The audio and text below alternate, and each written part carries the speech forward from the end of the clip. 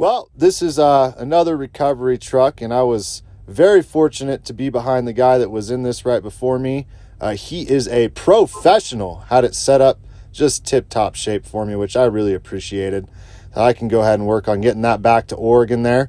As I'm here strapping in the snow and all that good stuff in South Dakota, I can't help but think about my freshman year at University Preparatory School, where weeks in advance, Mrs. von Dockenhausen kept talking to us about how we were going to be having a standardized test, and then the results of that test were going to have some sort of effect on our ranking in the state and all that kind of thing. But when it came to day of the test and I had my freshly sharpened Ticonderoga number 2 pencil and my Scantron answer sheet in front of me, I just kept thinking about the words of this guy that I met at a Christmas party who was really drunk and was telling me about when you go to Reno and play roulette, you got to always guess the same position.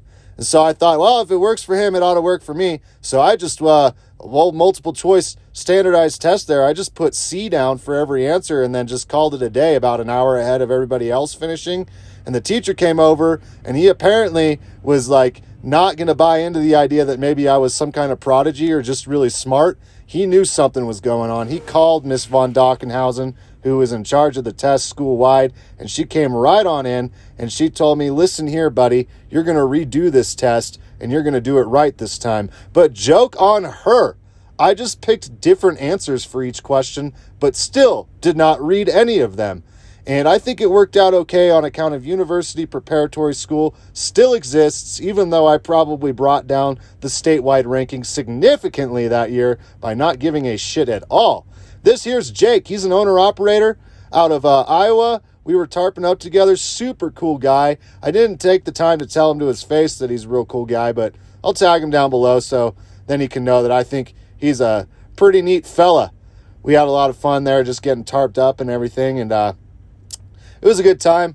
These tarps were, like I said, he had them all set up. The previous driver, the guy that just came out of this truck, he did a good job, but it's not the way that I do it, so it's always just kind of a struggle following up behind somebody else, but I got it done. I had to just chain down the tarps instead of strap and chain them down because I used up all my winch positions, but at the end of the day, I looked at that thing and I told that load the same thing Miss von Dockenhausen told me after that standardized test.